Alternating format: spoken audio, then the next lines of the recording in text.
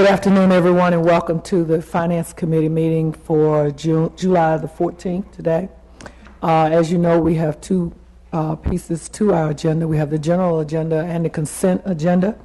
And we always take the consent agenda first and ask any of the council members and mayor, are there any items that you would like to have pulled for discussion?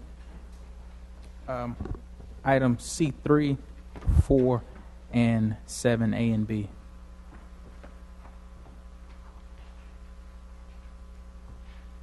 All right. Anyone else? If not, Madam, would you like to make a motion? Yes, please. I move for the approval of the remaining items. Second. It is moved and properly seconded that we receive the rest of the agenda. All those in favor say aye. Aye. Thank you. We have C3. Report on request from Goler Community Development Corporation. Yes. And Councilman Montgomery. Just in, Mr. Page, Mr. Brooks, just give a... Good afternoon, committee and mayor. This item is a request from Goler Community Development Corporation in reference to the land located at the corner of Martin Luther King and Patterson that the city acquired several years ago when the land was going into foreclosure with LISC. The city acquired the land on behalf of Goler, has been working with Goler since then to try to identify a developer. They've actually entered into an agreement recently with Lowell Street Residential, an affordable housing development company, and the project is to develop 135 studio 1- and 2-bedroom apartments that are going to target workforce individuals, incomes or households of approximately $35,000 per year. So that's 80% of median. That rents of the units, about 90% of the units would be between $600 and $900 per month. So it is an affordable housing project. Total cost of the project is about $12 million. The estimated taxable value of the project is about $9 million. And will generate about roughly $50,000 per year in net new taxes. The request that you have before you is that Goler is seeking to enter into an agreement where the city would maintain a note on the property, and each year we would forgive a portion of the debt, of the $525,000 debt that we have, based upon the net new taxes that be generated on the project. So it's no new money that would go into it, but we'd actually maintain a note, and that would be reduced proportionally each year for a set number of years. For example, if you assume 80% of the net new taxes would be applied for the project each year, about $40,000. So you're looking at about a 14 or 15-year note that the city would maintain, and during that period it would ensure that it is in fact maintained as affordable housing. The city has done this concept a couple times before, did it with two middle-income housing developments, one being Carver Glen, the other being Lansing Ridge, which were both successful projects. So right now it's just for informational purposes.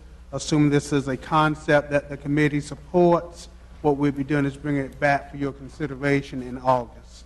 Happy to answer any questions you may have, and I think the representatives here from Goler and the development company as well. The funds used to pay off the note from LISC, where were those funds? Were those general fund dollars or those housing and finance assistance funds dollars? Where did those funds come from? I believe those were housing finance assistance funds, Councilman Montgomery. And the question I would have is, in the forgiveness of this loan through this process over this period of time, would the new taxes dollars that are created from that property go back into the general fund, or will those dollars go back into the Housing Finance Assistance Fund? And I think that's a question that we'll have to talk to the manager and budget about. Typically, it would go back into the general fund. It would just be a forgiveness amount, but we can talk about that further. It'd be up to council if they wanted.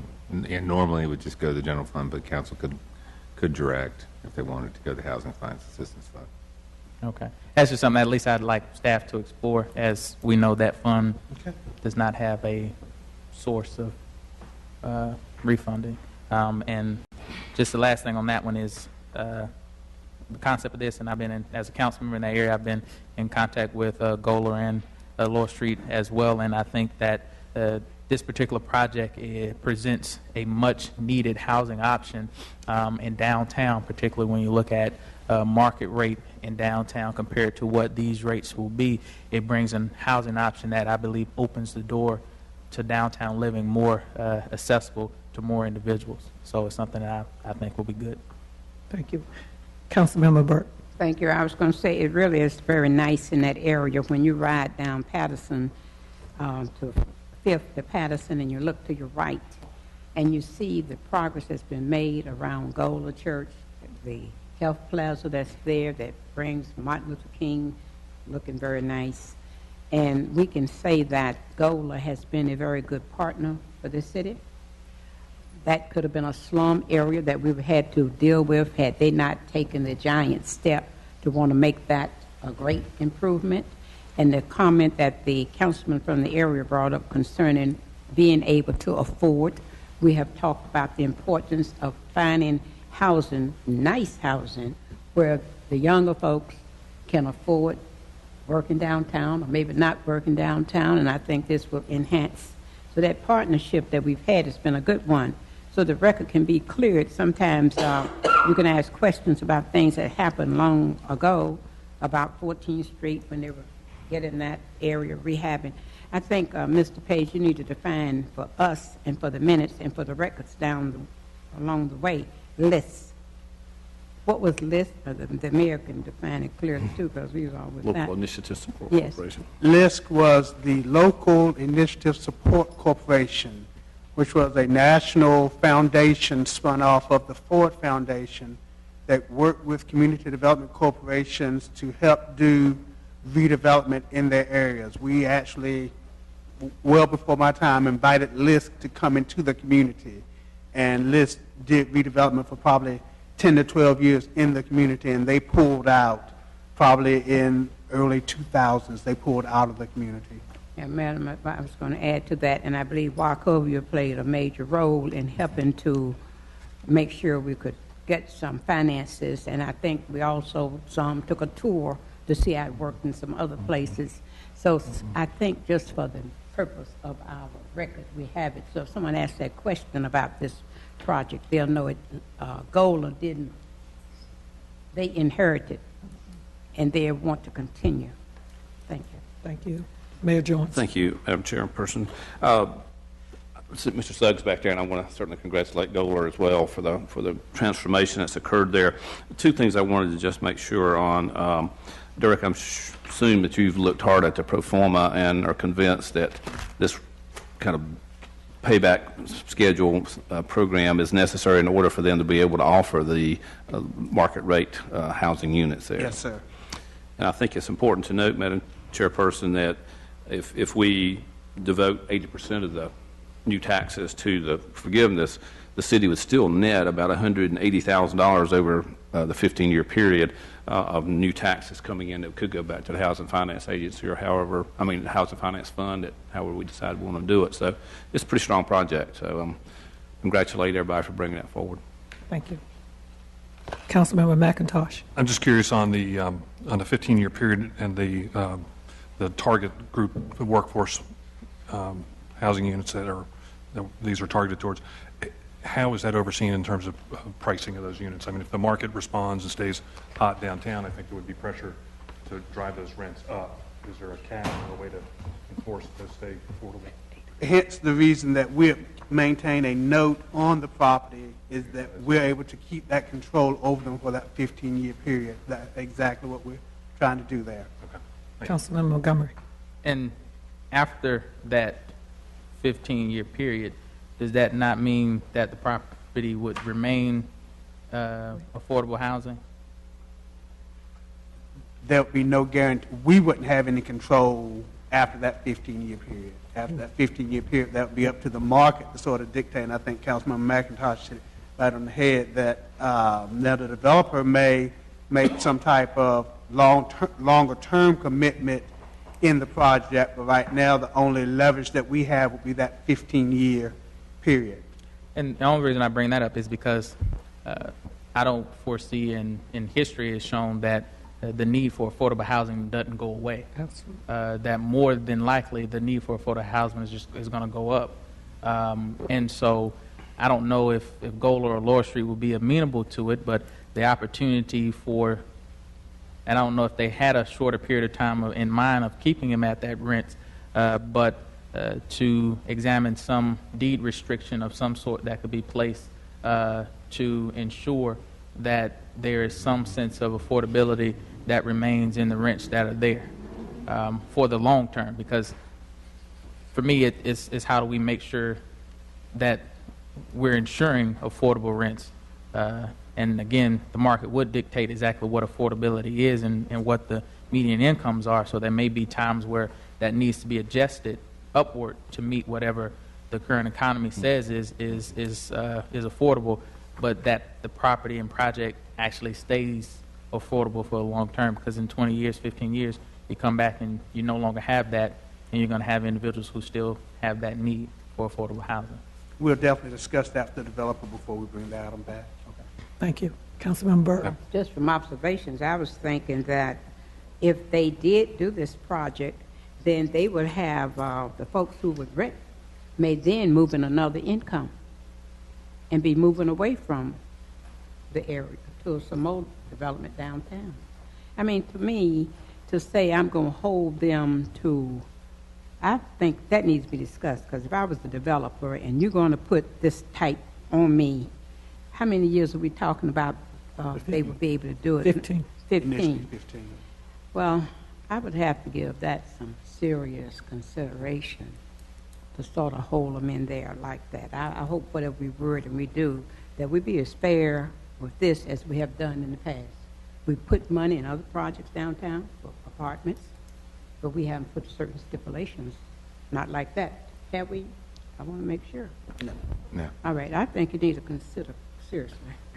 Thank you, Councilman Burke. And the chair has a comment. When we talk about, again, as Councilman Montgomery said, affordable housing, we have to, it's our responsibility as council members to ensure, again, that there is affordable housing being built and done in this city, and not necessarily in certain areas of the city. We know a large part of the population wishes to live downtown, but can't afford to live downtown. I think, again, Mr. Page, I know you and your staff will have some talks with the Angola and the proposed developer, that in my dealings and Councilman Montgomery in these community development sessions we've been going to at the School of Government, one of the things we keep hearing is that you have to protect affordable housing at all costs. So if we're using municipal money and tax dollars, whether vis-a-vis federal or state, it is our responsibility, to me, to require or ask that more be considered even after 15 years, at least for the first thought, that they consider to keep these units as affordable housing. It's no different than public housing. If we had gotten rid of public housing because of the market or whatever, then we wouldn't have public housing as we know it today, Section 8, Section Hope 6 and all of that. We wouldn't have it, and people wouldn't get to enjoy the niceties of the neighborhood. So I beg you also to, Mr. Suggs, to be in conference with the developer and to consider and look at other projects in other cities to benchmark them as how they handle this. But what I'm hearing at the conferences that we're going to, this is a very important piece to not just downtown, but the city as a whole, and to the quality of life as its citizens. So that's all I have. Councilmember Burke. We don't have anything to do with this, I don't believe. But in the back of the building, where we have the Innovation Building on 5th and Patterson, just for information, those apartments that are headed toward 4th Street, I think I need to know a little bit more about that. Those are private people who are doing it. But they're putting them right, and it's going to be really beautiful. They are putting them right near United Metropolitan Church. And I've encouraged the people there to embrace those units that's a little bit further down, so that the young boys and girls, the black boys and girls, or the Hispanics, or the poor whites who are living in that area, that they can see where they can go. So for my information, I want to know who they are, exactly who they are, and what their price range. They have not been to us for anything. I don't believe they're on their own. Am I correct? Thank you. May we, any other questions or discussion? If not, may we entertain a motion? So moved, madam. Oh, did we have the motion already? All right. Just this Yes, information. information, okay, sorry. C4, Resolution authorizing the city manager to enter into an agreement with Architectural Design Associates, PLLC, for professional architectural design services for 3 police district offices in the amount of $595,000. This is an estimated amount. any questions or discussion? Councilman Montgomery. Yeah, I would like some more information on this item in reference to, and I know that I will, correct me if I'm wrong, when it comes to professional services as well as architectural services, we do not go off of the dollar amount in choosing the service provider, correct? That is correct. State law prohibits us from doing it that way. That is So, in providing us this, what was the methodology used to actually choose the provider that was here? Because again, there are others on the list that I believe have other qualifications, but were not chosen. Each of the firms provided a proposal, and the proposals were evaluated per the state statute for their experience and qualifications doing this type of design.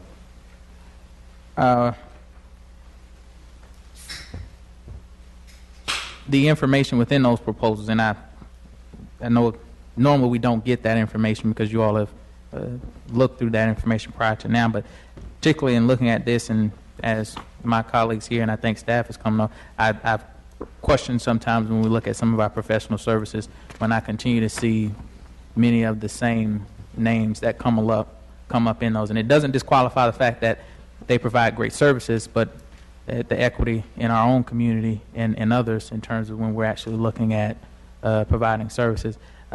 What is the time sensitivity on this item? We would be planning to come back to committee next month with a recommendation for a general concept for the Public Safety Center renovation. These projects, the police districts, need to be constructed before we'll be in a position to bring forward to you an item to move the staff or move the police staff out of that building. So I would say you have probably 1 month at most if we are to stay on the schedule that we're anticipating from the staff level.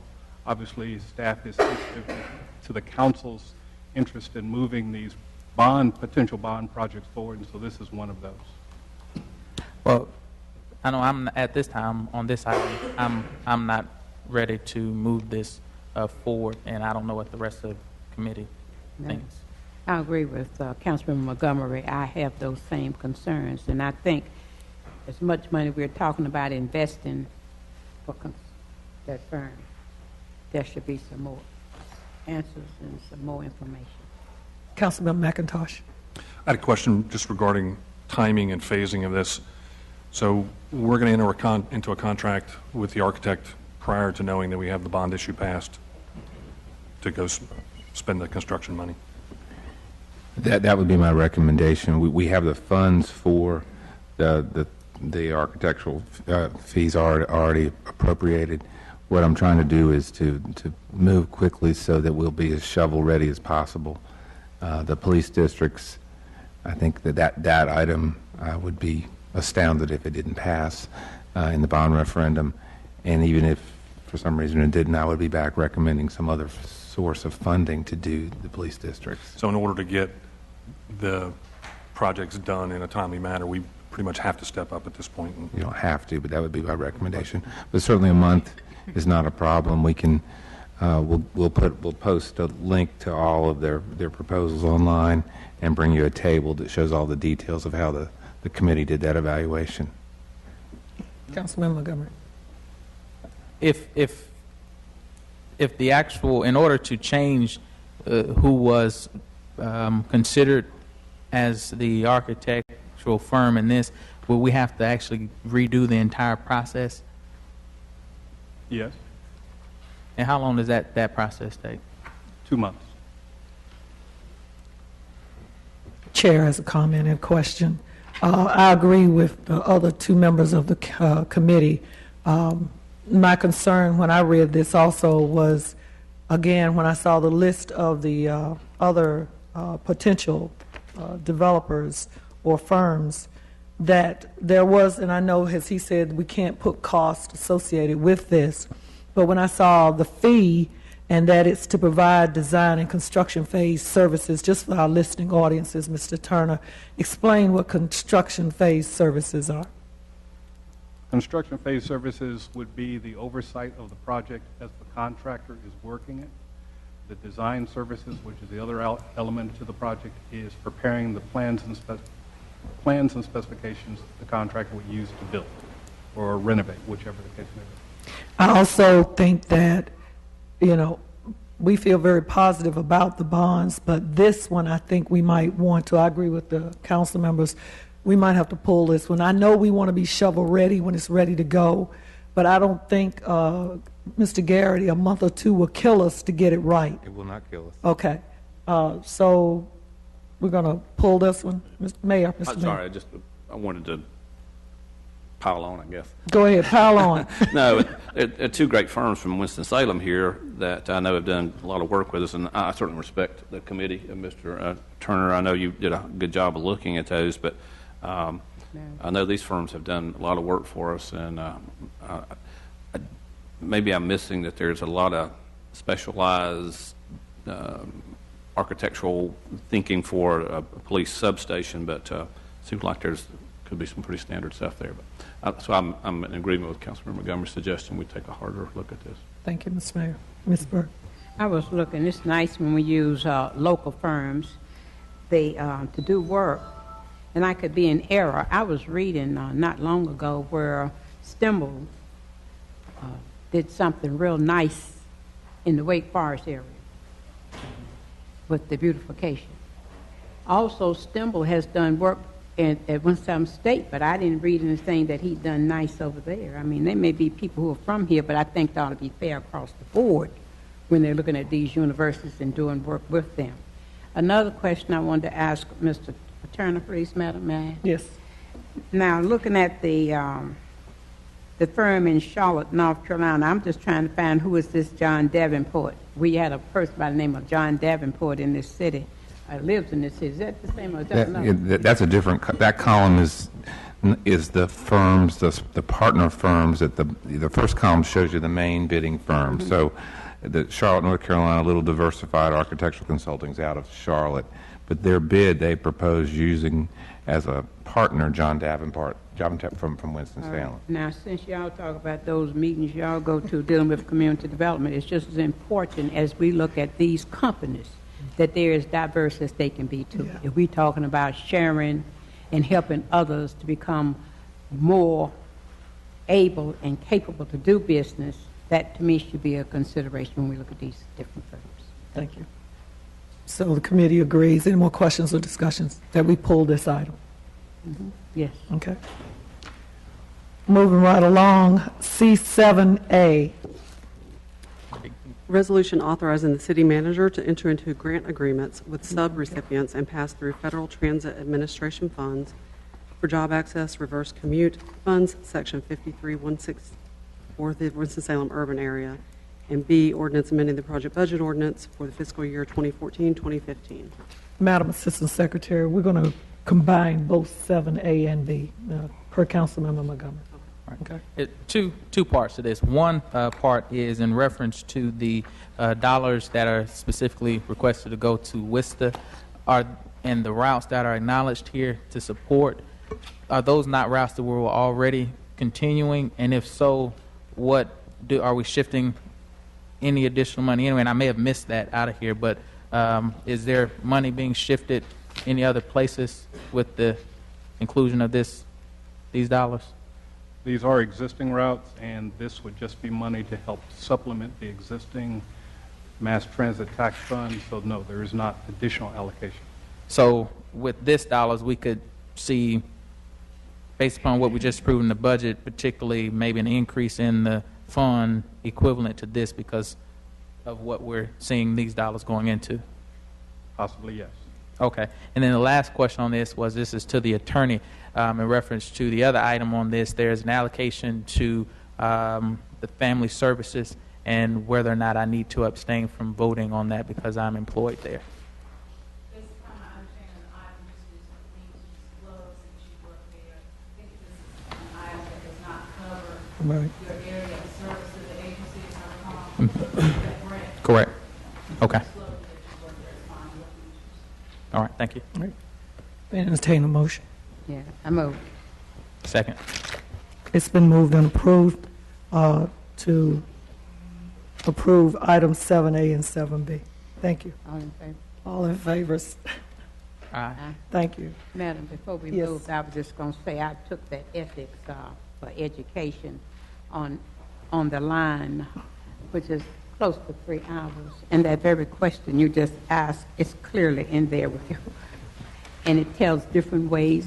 And I'll be taking, where's the other attorney? I'll be taking another one, July the 29th, sitting on this board. And you can always go back and read and look at it again. So I had said to the city manager on occasion, he didn't have anything to do with this one. This is a trustee board I'm on at the college, that we have paid a lot of money for these computers. And every meeting that we can do on the line, then that's what we need to do. It saves money, time, energy, taxpayers' dollars. Thank you. Thank you, Ms. Burke. We'll now move to the general agenda, which has 5 items. One includes a resolution concerning the North Carolina Clean Water State Revolving Loan Fund. Another one is considering the issuance of the general obligation bonds of the City of Winston-Salem. 3 is the resolution of the City Council to authorize the negotiation of an amendment to an installment purchase contract. 4, to request an extension of the terms and conditions of the city's financing of the sale of city-owned land. And 5 is a report on the health care plan administration for 2015. May we have item number 1, please? Resolution accepting a North Carolina Clean Water State Revolving Fund loan associated with the Muddy Creek Wastewater Treatment Plant Consolidated Pumping Station in the amount of $50 million. Yes, Ms. Saunders, you want to give us a brief? Sure. Good afternoon. Thank you. Vice Chair Adams, Mayor, and City Council members. The resolution attached is to accept a loan from the North Carolina Clean Water State Revolving Loan Fund regarding the Muddy Creek Wastewater Treatment Plant Consolidated Pump Station.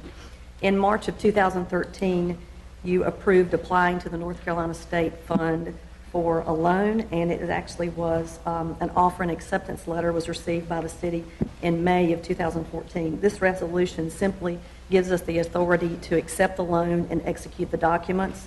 The loan is a $50 million loan. It will be financed over 20 years at 2% interest rates. As compared to our traditional financing of revenue bonds, it'll save us about $11.5 million over the term of the loan. So it's a very favorable loan, and I would recommend accepting this. Thank you. Any questions or comments? Councilmember Light. May 15th, it has to be accepted within 45 days. The timing of this came at such that we needed to bring it in July, and we have talked to the state, and we're within the guidelines of accepting the loan. Councilmember Burke. Did you say 2% interest? 2% interest. Well, when you do those little formulas, sometimes I think so taxpayers can see, you should show us that 2% Okay. interest, how much you would actually save Okay. in something. Sure. Thank you. Any more questions, comments? A motion, please. So move. Second. It's all those in favor? Aye. Item 2, G2. Consideration of items regarding the issuance of general obligation bonds of the City of Winston-Salem. A, introduction of bond orders. Bond order authorizing the issuance of $42,350,000 GO bonds for street and sidewalks.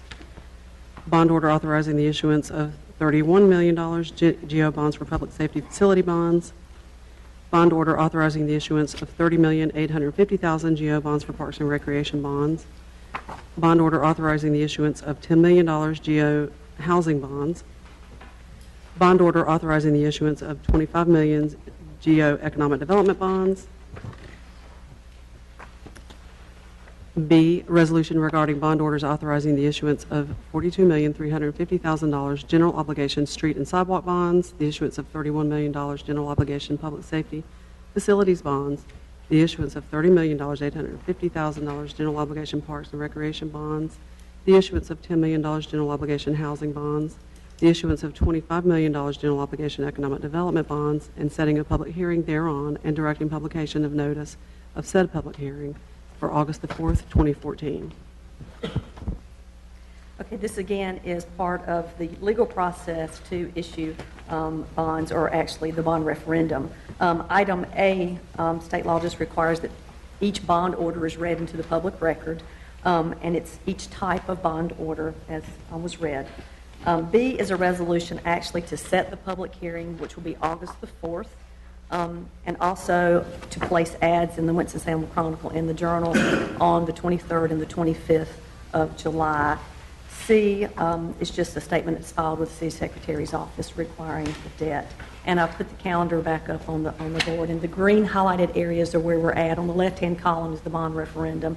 And we're to the point now of setting the public hearing, which will be August the 4th. And the dates forward or more notice of advertisements that have to be made. Thank you. Any questions or comments? I was going to ask a question. The discussion we had about the Public Safety Center, would that have anything to do with this motion, Attorney? I'm not sure if the terms were not good with the project. I didn't hear the answer. The bond order sets the bond for public safety. There is a list of projects in Exhibit A. So the question I asked... That would be, there is $10 million in public safety renovations. Madam, may I ask the question? Yes. Again, Attorney, if we make a motion here, would this have any effect on what Ms. Saunders said in the conversation we had earlier? I don't think so. Okay. But I can look at it more carefully. I don't think so. Okay, I was just going to make a motion so we could move forward. I just want to make sure. We'll take that motion. All right, We'll entertain Madam, it. Madam Adams, I move for approval. Second, but I have a comment.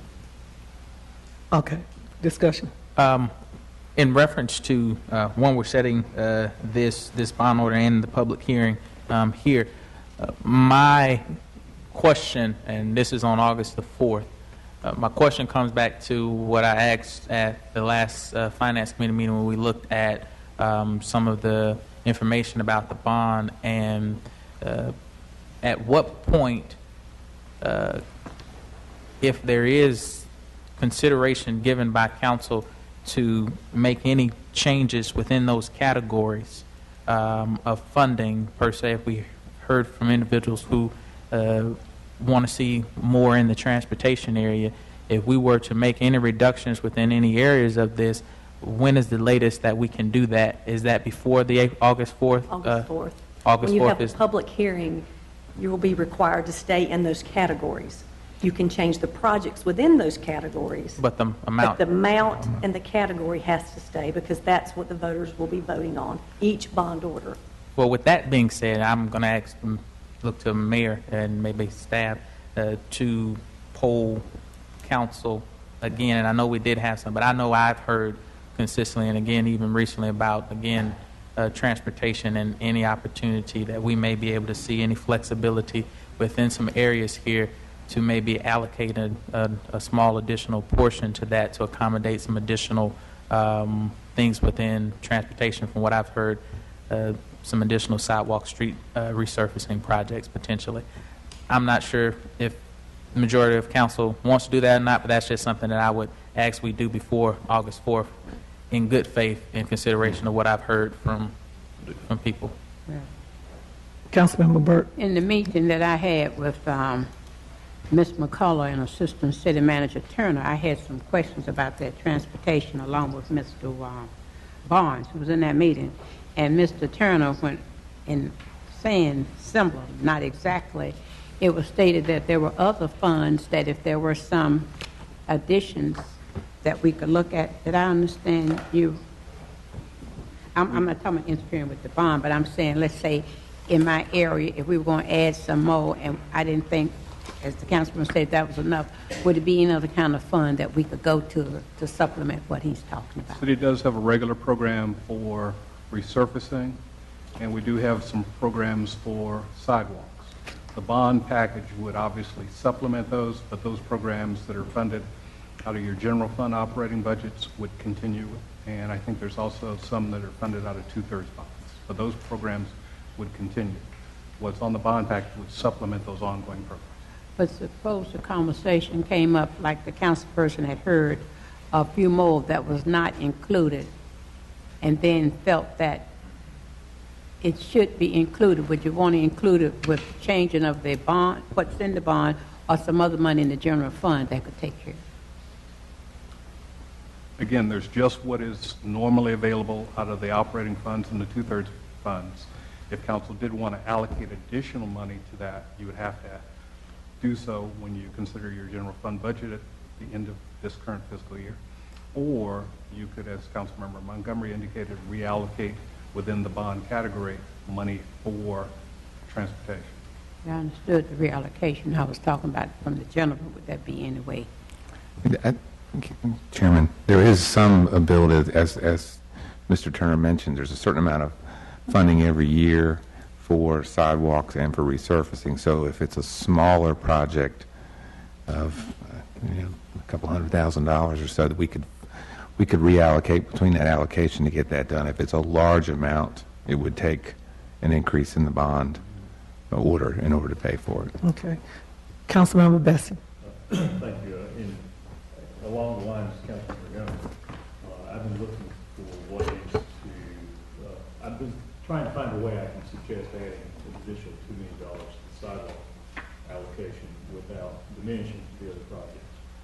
And I had a couple ideas that I wanted to inquire about. One is, as I understand it, from our original package, we have taken about $18 million out that was going to the Union Station restoration and switched that to a different. Oh, I'm sorry. Okay. Can you hear me now? Yes. Anyway, from the original package, we've taken about $18 million out that would have been proposed to go toward the Union Station reallocation, and we're doing those with what in essence are mortgage bonds. Is that potentially going to save us anything on the interest rate over time? No. Okay. Yeah, higher.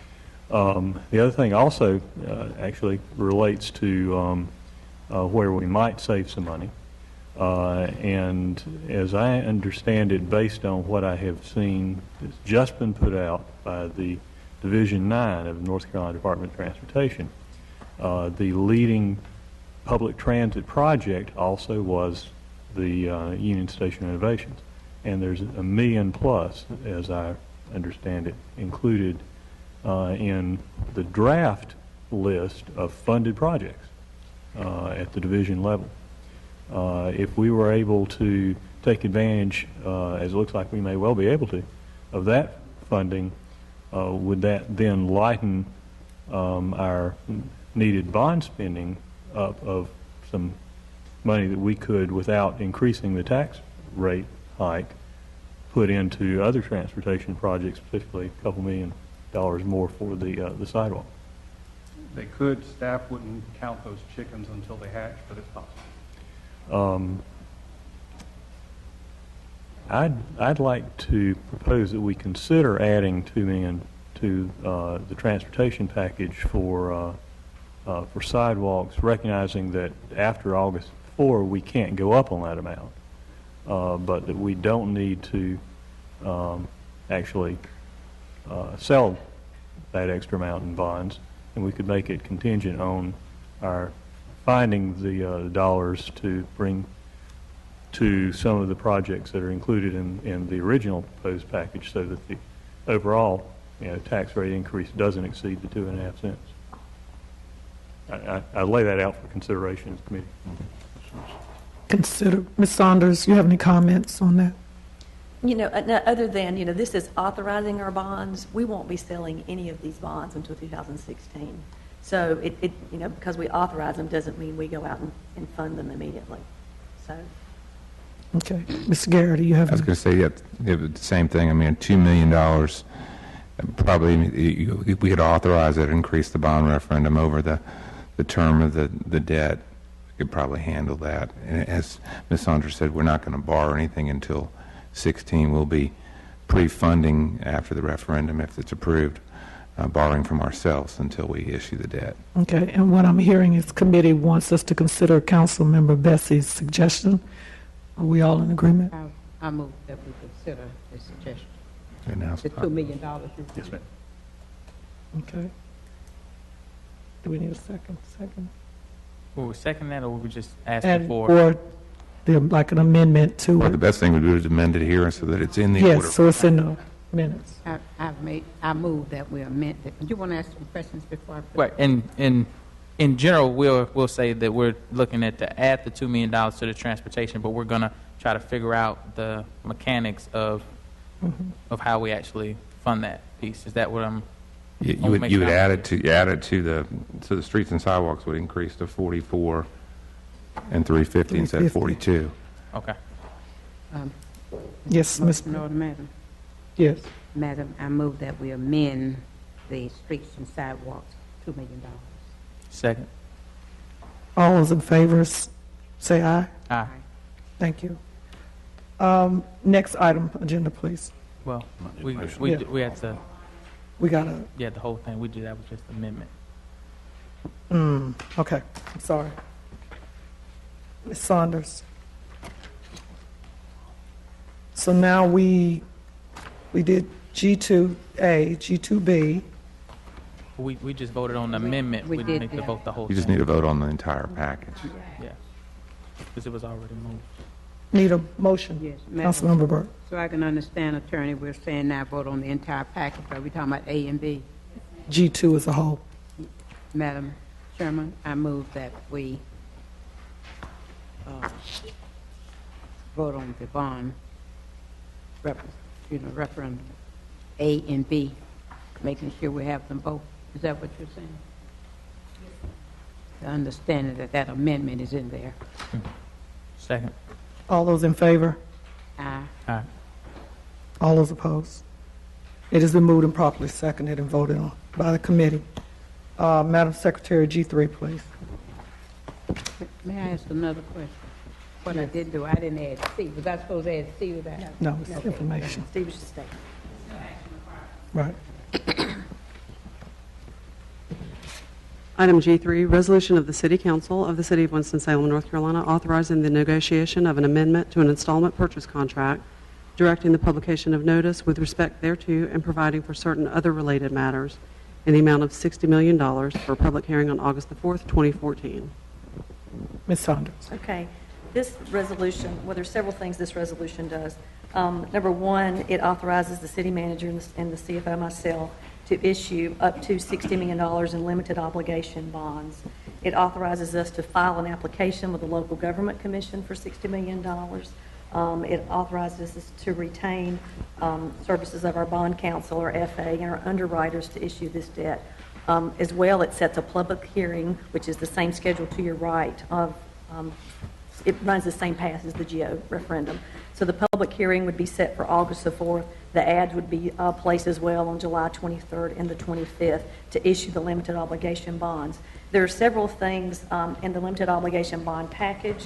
Of course, $17.5 million for the Benton Convention Center renovations, $18.3 million for Union Station renovations, $12.2 million, which will finalize the acquisition of the Bryce A. Stewart building. We're paying off the note of $12.2 million. $7.5 million, which is a refunding. We're basically refinancing some debt at a lower interest rate that will save us about $850,000. With issuance cost, we project it to be more like $56 million, but we're requesting authorization for the $60 million. We'll only use what we need. Any questions or comments? May we proceed with the motion, please, for item G3? Move approval. I second, Madam. Thank you. All is the moved and properly second. Any discussion? All those in favor, please say aye. Aye. Thank you. G4, Request for an extension of the terms and conditions of the city's financing of the sale of city-owned land to Brookstown Development Partners, LLC, and an extension of the city's lease back of the subject land located in the Northwest Ward. This item is for information only, and we will be bringing it back to council, asking for your authorization in August if you would like us to do that. But in June of 2009, City Council authorized the sale of land known as the old Armory Building on Brookstown Avenue to Brookstown Development Partners, and it was part of was supposed to be part of the mixed-use development around the ballpark. In turn, the city financed the land to Brookstown Development Partners for 5 years over 5.5% interest. The payments were interest only for year 1, year 2. Then a principal payment was made of $25,000 in year 3 and 4, and this was the 5th year in September that a balloon payment was to be made. And also part of that authorization in 2009 was we in turn leased the property back. If we parked some police cars there or something, then we leased it back, and it was the lease back payment was the same as the interest payment. So essentially, they borrowed from us, we leased back from them for the same payment. As I said, the balloon payment was due in September of this year. Brookstown has come back to us due to the slow economy, and they just now have started the development there, and they want to extend the term of their note. The note now is $930,361. They essentially want to do the same thing they did in 2009, interest only for the first 2 years, a principal payment, and a balloon at the end. So they've come to us to ask for that extension. Yeah. Councilmember Burke. Yes, I would like, who are the Brookstown Development Partners? And did you mention anything about apartments somewhere? I don't know who all the Brookstown Development Partners are, honestly. But the apartments, also, I need to ask a question. I hear somebody say something about the apartments near the ballpark. I see a big sign saying Brookstown. Those apartments are part of the Brookstown development. The same principles are involved in that.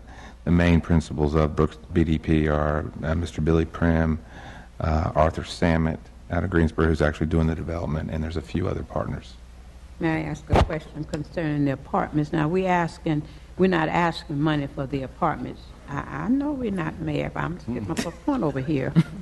That was a But we're rhetorical getting question. We are getting ready to put some of our tax dollars into something where they do have apartments. They are providing housing, and your community development people down there have emphasized how important it is that we look at housing very seriously. Now, the same similar, even though I know Gola, their project may be different than what we're talking about, but you're giving some money to those folks, Brookstown Partners. I think there ought to be conversation, city manager, whenever we're doing business, that we speak to them about, I don't even know what the price of those units would cost. I don't know how diverse they have, even people who are working there on the jobs there for the development of that land. And I don't know how diverse that company is that owns this particular business. But if they're not getting but a speck of our money, and they have gotten a whole lot, when you mentioned Mr. Billy Prim, he has gotten what we call buckets of money. And I think there ought to be an understanding. I don't need to hear that you say, oh, we hire people to play ball or to work there. They're not paying them that much money. How many people are they paying some decent salaries that will put them into that economic bracket so when they walk up and down the street, they can hold their heads up? They're getting a lot of the tax dollars. So that would be important for me as you speak to them. And if we're going to vote on this, I need to know before we get back some of the information and some of the concerns I have, Mr. City Manager. Yes, ma'am. Thank you. Councilman Montgomery. Yes. One thing I didn't see, it says it was interest only, but how much are those interest payments? For about $51,000 annually. So it's about $51,000. It decreases as the principal balance is paid off. But they're only paying interest only, so the principal Well, no, hasn't. they actually paid last year, the third and the fourth year, they made a $25,000. So the original balance was $980. The balance today is $930. Same transaction, they'll pay interest only year 1 and year 2, and then in year 3 they'll pay 25, and in year 4 they'll pay 25, and then they'll pay off the balloon in the 5th year. And in that actual, I know we said we leased that back. What do we use in that space? Police transportation is there, so they occupy the building and use it for all of the small repairs that they do, really small things they do on police cars. So, but it's the police transportation unit. And Ms. Burke hit on one of the things I was going to bring up in reference to affordability in housing. I was not here in 2009 when this was discussed and approved at that time. If I had been here, I would have asked brought up a question in reference to affordable housing, as that, again, is just something that is close to me because I think we have responsibility in looking at making sure that development, when the city plays a role in it, that we make sure whoever is at the table is attentive to that need.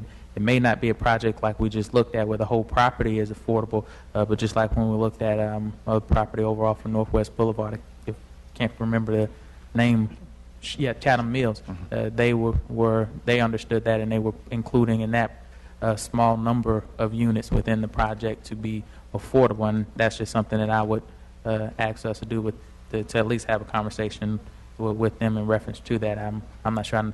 I would yield to the councilman there, Mr. McIntosh, as he would probably be closer to that than I am. But as it stands now, I probably won't have to abstain from voting this till I hear more information.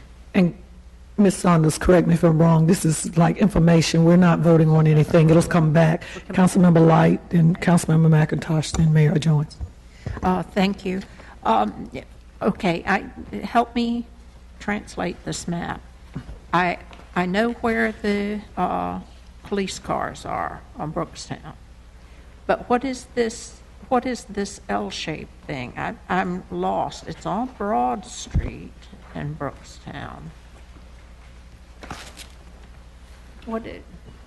This is mostly surface parking lot? I can answer that. It was a park and ride lot originally for the city, and as part of the transaction, we sold that as well. It's now used for the ballpark uses for parking during the games. Okay. Another thing, Madam Chair, as has been stated, we have made concession after concession after concession, and it occurs to me that if we extend for another 5 years, that it be just simply that we allow the interest and the $25,000 principal payment in the next 5 years until the balloon payment. That way, because I mean, it hasn't really reduced the amount very much. So I was thinking this at least would allow us to recoup some of the money. Councilmember McIntosh. Thank you. To me, this area of town, I understand why there hasn't been more development going on, considering the time period that we've been through. I think the new apartment project there and the other development that's occurring sort of on the fringe of this over on 4th and Broad, I think are indications that we're going to see more development activity here fairly soon. So I would imagine that we'll get a payoff on this prior to that second 5-year period. I would hope, because I'm assuming there's an acceleration clause, and when they do a deal, then we'll get paid. I do think that this is an area that cities spend a lot of money doing the ballpark, expecting there to be leverage from that in further development opportunities. I think these are the opportunities that we're going to get our payback on, because again, the ballpark, the apartment building, those things are going to draw people downtown. They're going to draw developers, and we'll make our money on our investment in the ballpark. So I think we need to be a little bit careful about how we, talking about moderate income housing there. I think it can be a part of it, but I think to some degree we need to try to make as much tax revenue off of that as we can. Thank you. Mayor. Yeah, thank you, Madam Chairman. Chairperson, a couple of things. One, this particular is a sale. They came to us, wanted to buy a property from us, which we agreed to. We did have a use for that property, so we've been leasing it. So I think this extension Mr. Manager, I think we still have a need for that transportation, so it's really not impinging on that. They're paying 5.5% interest, which is pretty hefty, so that they're coming to us with that. And as Councilmember Light mentioned, amortize it over the 5-year, 2 years of interest and then 2 years of principal and then the balloon. So, and the fact that this particular tract of land is not tied at all to the apartments, it was hopefully for future development that Councilmember McIntosh rightfully notes we are counting on for new tax base being created there. So it's a pretty strong deal. Councilman Montgomery. And we self-finance this, or in terms of this? Just the purchase money note. In terms of there was, right, we didn't actually. Yeah, yes, because we owned it outright, so yes, we self-financed. Okay. Took a mortgage back. Right, and so in essence, and all these dollars that will be paid back with this goes back in general funds. Actually goes in the ballpark fund. Ballpark fund. Say that now. There is a separate fund for the ballpark. It actually goes in the ballpark fund. Explain that to me, please. Well, let me think about that. It's pretty much a wash because It's pretty much a wash. the because the it's working lease out. is right now is the same amount. So they pay us and then we pay them a lease to rent the space back, and it washes. So there isn't any net. But, no, I'm saying in terms of Once if they pay us once off. Oh, when paid- it's sold paid off. Right, I'm not saying now in terms of this. That would go to this the piece. that would go to the general fund. Okay, all right. We just own that property. Yeah. Councilmember Burke. Yes, City Manager, my first comment that I made concerning those apartments there at Brookstown and about the importance for us to consider the people in this community, and diversity is important. Even though they may not, they buying something from us, but we made big investments with them with taxpayers' dollars. I don't want us to ever forget that. Now, we have to partner with people, we understand that. But when you understand it and you're using tax dollars, even if it's not directly what we're talking about as far as them buying something, we're talking about in the future what our investment is going to be. But that investment that we have over there started with our tax dollars. And I think the consideration, the importance of it, madam, should be highly considered. Now, I've heard other little conversations, but don't let mine get No, ma'am. lost. Thank you, Councilmember Burke. Thank you, Ms. Saunders. Are there any other comments you want to make? Okay, this is basically information, and this will come back to committee. I think the council is, again, the committee is asking and requesting, again, and we've said is when we bring this information, and Mr. Garrett, I see we're going to change the format a little bit as we go forward on our committee meetings, just so people will know, when we get information in the past, we get it a week before, a Thursday before, and we have to digest it, ask some questions, get with staff, get with everybody, and try to make the best decision we can make. But the best way to do this proactively is you come to committee meeting, you bring us the issues, bring us the things that we might look at. We talk about them, we ask the questions, and we say, go do something. Bring me some more information, bring me a plan. Let us see how this is going to work out for us, and then we can make the decision to vote on it. I'm very happy with that process. I'm glad y'all listened to me. But anyway, so going forward, what we'll see is this come back to us with more information, correct? That's correct. Correct. Thank you, Ms. Saunders. The next agenda item is on the health care insurance plan. Item 5, please. Report on healthcare plan administration for 2015.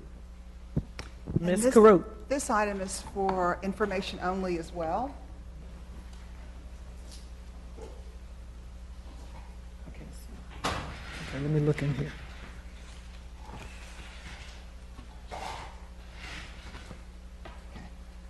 And Ms. Caruth, if I may preface your start of your report, is that there was a committee gotten together along with staff and HR and Mr. Rao and Ms. Saunders and Mr. Clark and myself, Councilmember Clark and myself and others, to go over these cost projections for the city and as to how we try to, I don't want to say leverage, but get the most bang for the buck out of our money with costs going up and we having to pass it on to our employees and the citizens, really.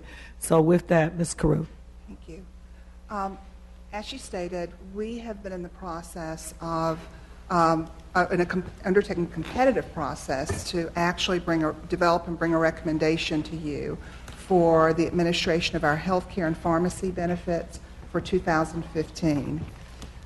We received proposals from 4 vendors, Blue Cross Blue Shield, who is our current medical benefits vendor, Express Scripts, who is our current pharmacy benefits vendor, Cigna, and United Healthcare. We asked them to take 2 different approaches to their proposal. The first approach is the approach that we're using now, which is called a carved-out approach, where we have separate vendors for our medical benefits and our pharmacy benefits. The other approach is a carved-in approach, where you have one vendor that manages both medical and pharmacy benefits. On our initial evaluation, we determined that there just was not a significant cost difference between the carved-out approach and the carved-in approach for us to decide to keep on with the carved-out approach. It's less efficient. It's more confusing for our employees. It's more difficult to administer. And so very early on in the process, we decided that Express Scripts would not be a contender as we move forward, because we would not be using a carved-out.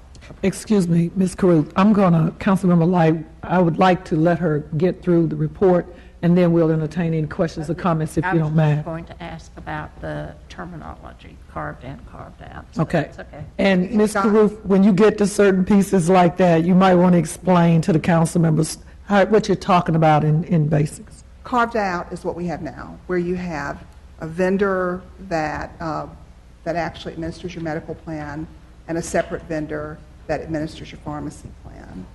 And carved in is where you have one vendor that does both. So now we have Blue Cross and Express Scripts. Under carved in, we would have one vendor, Blue Cross, whomever, who administers both plans.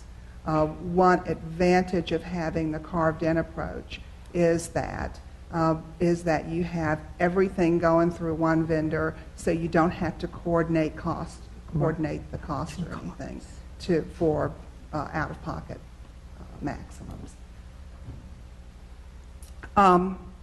Okay, so we determined that we were going to do a carved-in approach using one vendor for both. And at that point, we looked at the proposals from the 3 vendors, Blue Cross Blue Shield, Cigna, and United Healthcare. We eliminated Cigna early on in that process for 2 reasons. One is that Cigna's cost proposal was higher, and secondly, Cigna has a fairly limited medical provider network, which would mean that there would be a lot of disruption for our employees in terms of their providers. A lot of them would have to change their doctors, and that was not preferable. So we then did a more in-depth look at Blue Cross and United Healthcare. What we found when we did that is that, and it's what is indicated on the matrix that you have in your packet and on the screen. What we found is that Blue Cross has had the best net effective healthcare provider discounts that they had negotiated. So their 3-year cost projections for medical were better than United Healthcare, and their pharmacy projections were better for United Healthcare. However, United Healthcare had the better administrative services fee proposal. But when you combine all of that, the bottom line on it was there's only a 0.5 difference in the overall cost of both, which means that they're pretty much the same.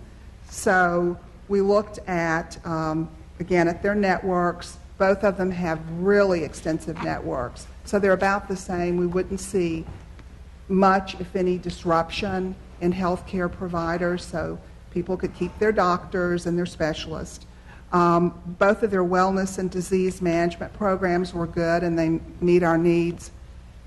But we've done business with both of these vendors before, and for both of them, we've experienced some customer service challenges. So the primary concern for us was in the performance guarantees.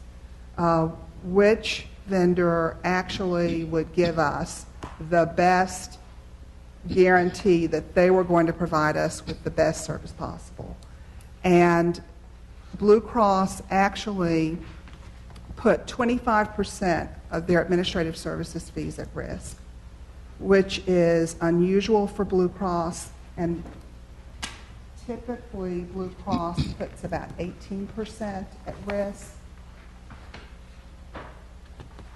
And they stepped up with commitment, with a real sincere commitment to deliver on, with respect to various metrics. Metrics related to processing of claims, timeliness, accuracy, customer service, and overall client satisfaction. United Healthcare put about 17% of their administrative services fees at risk. So, and the numbers are there for you. Blue Cross, we're looking at about $274,000 at risk versus $153,000 from United Healthcare. So, our plan, if you give us direction to do this, is to bring a proposal back to you next month that recommends that we enter into an agreement, a 3-year agreement with Blue Cross to provide medical and pharmacy services, medical and pharmacy benefits administration services for us for 15 through 17. The report that you have has some additional information about benefits, plan design, and that sort of thing. In the interest of time, I'm not going to go through all of that, but we'll answer questions on any of this that you have. Any questions? Comments? I just have a comment. Councilmember Burke. Madam and members of the committee, mayor, and other council people. I do like the survey that we put in so that the people who actually use this insurance can tell us how they feel. So that way, a whole lot, I'm sure, coming up with decisions. I also appreciate the chair and vice chair meeting with the committee to talk about the welfare of the citizens. And I know we have not made a final decision, but I'm with the state, Blue Cross Blue Shield. And I won't let anyone come between me and Blue Cross and Blue Shield. And I'm going to tell you why. When you change, it causes more confusion. And some folks who changed, they were so upset because there was not the type of communication. They getting all confused, and money that they didn't spend with Blue Cross, they had that. So with people with chronic diseases as well, I think we as a city must protect them, and some of our citizens do have chronic disease, our retirees, and I think it's so important that we get with insurance that will be sensitive and kind in how they carry out their services. Thank you, Councilmember. Councilmember Montgomery. Somewhat echoing Councilman Burke's comments in reference to the process. I think the process that we've looked at in reviewing this, I think, has been a swell process in looking at this and including individuals in there. I think we do have that responsibility as we are looking at what we're spending to make sure we're getting the best bang for our buck, and if there are opportunities to save, that we examine those opportunities, not putting at risk the service that we're providing to the employees here. And I think that what you see here in reference to dollar amounts and what's being invested, that it gives us a good picture of what we're looking at and helps us to make a better decision as we move forward with this. Thank you. Mayor Jones. Just kind of echoing what's been said, thank you, Councilmember, for your service on that group. And it's really encouraging to see Blue Cross being so aggressive in putting up 25% at risk. And I'm glad that the prices and the cost came down really close, because Blue Cross is a great employer here in Winston-Salem. I think they have in excess of 700 or so employees maybe here in Winston. I'm not sure exactly, but significant employer. So we're glad to be able to support a local business and save our employees consternation, as Councilmember Burke mentioned as well. I think Thank they're you. in the home of the Northeast Voice. I think they might They have. are. They are. Ms. Carruth, we want to thank you and your team and all the others that served, Mr. Rao, Ms. Saunders, on this committee. I do want everyone to know that there were moments when I think we were gonna tear each other up about this decision, but it proves, like I was saying before, we should always look at every decision that we make. I know we don't want to get marred down in the process, but the process states when we're spending the type of dollars that we're spending on health care and what health care is now on a national level, the expectations of the customers who are employees as well as citizens, I think we need to look at it very carefully. I also recognize that the providers that we looked at, they all had conversations with Ms. Carruth and her team because we continue to send the questions forward. And the performance guarantees, whether you know it or not, are huge. As I stated to the team, that's how you get people to make sure and ensure the quality of the service that you receive when it comes to customer expectations. So if we have citizens or employees that we know have had problems with claims with any of these groups in the past, then we need to make sure in the future that we have something in place that guarantees that they're going to be providing our citizens with the utmost customer service that they can provide. And if they can't, then just like when I worked at Johnson Controls, if AutoZone or Advance weren't happy with us for something, we had performance guarantees in there that we had to pay every time that we did not provide that level of customer expectation that that contract was signed to. So basically what we have, just like we know, this is a contract. And I'm looking forward to staff bringing back the proposal. And again, thank you for all the hard work. I know it wasn't easy dealing with me and Councilmember Clark, but we got it done as a team, and I'm very happy with the situation and the outcome that came forward. Thank you. Is there any more business? We have one person that wants to speak, and we have like 15, 20 minutes. Councilmember Burke. I failed to officially welcome General National Insurance Company, which is was GMAC, and they had their opening a few weeks ago, and they're bringing 700 employees into this city, and that's good. Also, we had two buildings, one on 5th Street, one on 32nd Street, where the taxpayers made a big investment to provide homes for people, jobs, and people can see them coming and going. So as we talk about what the private citizen is doing, Mr. City Manager, we need to make sure we follow the same kinds of guidelines as far as hiring diversity with the jobs being done on site to complete the buildings that we have invested tax dollars in. Thank you, Councilmember Burke. We have one person that has signed up to speak to the Finance Committee, and that's Mr. Jimmy Bonham.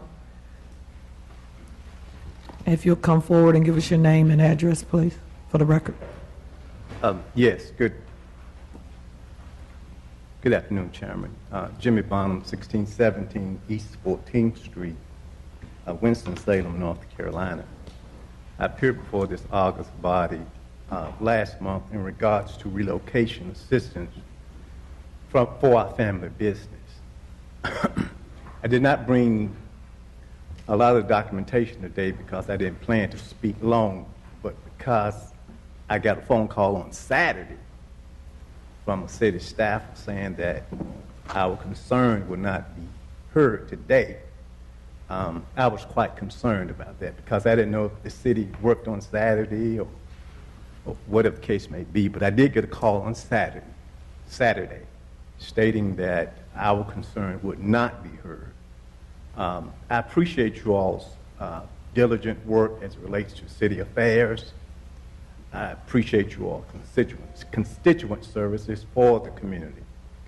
But at the same time, I come as one of the least of these whose prayer is for you all to look favorably for our family to give us the funds that you owe us over against making a loan. I'm just saying that long and short of it. It kind of hard, it hurts when you hear about $17 million in renovation for the convention center. It concerns us when you're talking about Brookstown Development Partners and giving them an extension. And we're just coming for $25,000, which the city owes us, as it relates to us putting money, our own cash dollars, in our community. And so I hope and I pray that when we can convene this meeting next time, as it relates to us bringing the documentation to support our stance, our prayers, that you all consider the least of these, and in the spirit of the city, do the right thing. Thank you, Mr. Bonham. Any more questions or comments from council members and the mayor? If not, this meeting is adjourned. Thank you.